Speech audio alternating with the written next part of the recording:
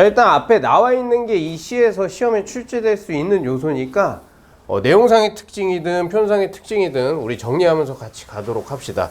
일단 백석 시인의 수라고 우리 같이 한번 읽어보도록 할게요. 이제 연필 한번 들고, 자, 거미 새끼 하나가 방바닥에 나린 것은 이라고 보입니다. 이게 내린 거거든. 그러면 시적 화자는 뭘 보고 있는 거냐면 거미를 보고 있는 거예요.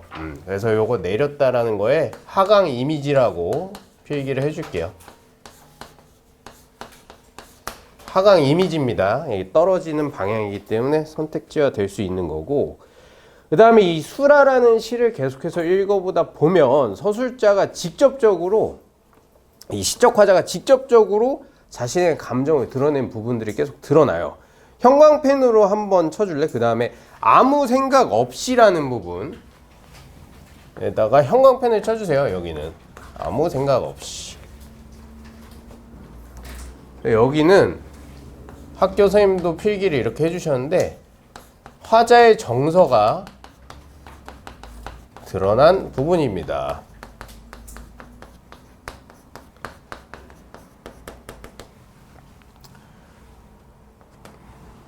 그래서 이제 아무 생각 없이 문 밖으로 쓸어버린 거예요. 그러니까 거미가 이렇게 집에 보면은 방바닥으로 이렇게 쭉 내려오고 있는데 그걸 아무 생각 없이 문 밖으로 쓸어버린 거죠. 그래도 이제 백석이라는 시인이, 그러니까 시인이라고 말하면 정확한 표현은 아니고 시적 화자가 좀 착한 게 뭐냐면 거미를 죽이지 않았습니다.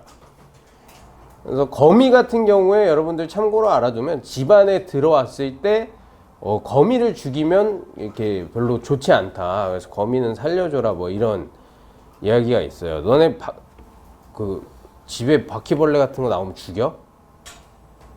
아, 죽이는구나. 선생님 같은 경우에는 그 생명을 사랑하는 마음이 있어서 표정. 아니 나 진짜로 모기도 안 잡고 이렇게 페트병 같은 데 넣어가지고 선생님 살려줘요. 선생님은 의외로 카스테라 같은 마인드를 가지고 있습니다. 나는 이 생명을 죽이면 좀 그게 안 좋다라고 생각을 하기 때문에, 돌아올 거라고 생각을 하기 때문에 그런 편이에요. 어쨌든 봅시다. 다음에 이제 차디찬 밤이다라고 하는데, 자, 이 차디찬 밤이다라는 거에서는 두 가지를 우리가 시험에서 나올 수 있는 요소로 잡을 수가 있어요. 일단은 밤이라는 게 이제 시간적 배경에 해당이 되죠. 그 다음에 이 차다는 거는 촉각적 이미지입니다. 촉각. 필기를 해주시고, 근데 촉각적 이미지라는 건 여러분도 아시겠지만 촉각적 심상이 활용됐다라고도 할 수가 있는 거죠.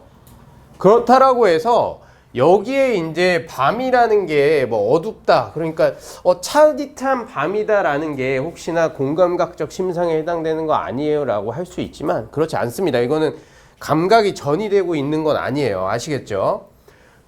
자, 그래서 우리 지도서에서는 여기에 나와 있는 선생님이 다에다가 동그라미를 쳐줬는데, 차디찬 밤이다 위에도 보세요. 종결어미 버린다, 밤이다, 거미가 왔다, 계속 다가 반복되고 있죠. 그래서 다라는 종결어미가 반복이 되고 있다. 이 부분도 참고를 해주세요. 선택지로 나올 수 있는 요소입니다. 다라는 이 종결어미가 반복이 되고 있죠. 자, 근데 만약에 이 종결어미가 반복됐다라고 했을 때 학교 선생님께서 이렇게 출제하실 수도 있어요. 이게 평서형 종결어미다라고 표현을 할 수도 있거든. 평서형이 의문문의 형태가 아니라 일반적인 문장 형태를 평서형이라고 해. 뭐뭐 했다, 현식이는 밥을 먹었다, 이런 게. 그래서 평서형 종결어미가 반복됐다라는 거 시험에 출제가 될 수 있다라는 거 알아두시기 바랍니다. 그 다음에 보면 나는 가슴이 짜릿하다라고 나와 있는데, 이것도 화자의 정서가 드러난 부분이기 때문에 별도로 이렇게 좀 하이라이트를 쳐주세요. 충분히 출제가 될 수 있는 요소예요. 밑줄 쳐놓고 화자의 정서가 직접적으로 드러난 부분을 찾아라 라는 거에 이 시험에 출제가 될 수 있습니다. 자, 가슴이 짜릿하다고 하네요.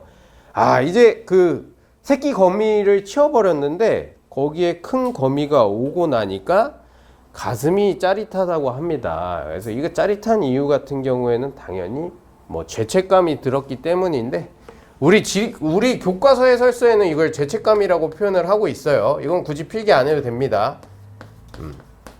죄책감. 근데 여러분들이 사이코패스가 아닌 이상 이 가슴이 짜릿하다는 게 가슴이 그 거미를 내쫓아서 기분이 좋다라고 생각되진 않죠. 그죠? 모두 다들 뭐 이건 쉽게 납득을 할 수 있는 거고, 그 다음 줄 읽어보면 나는 또 큰 거미를 쓸어 문 밖으로 버리며. 사이코패스네요.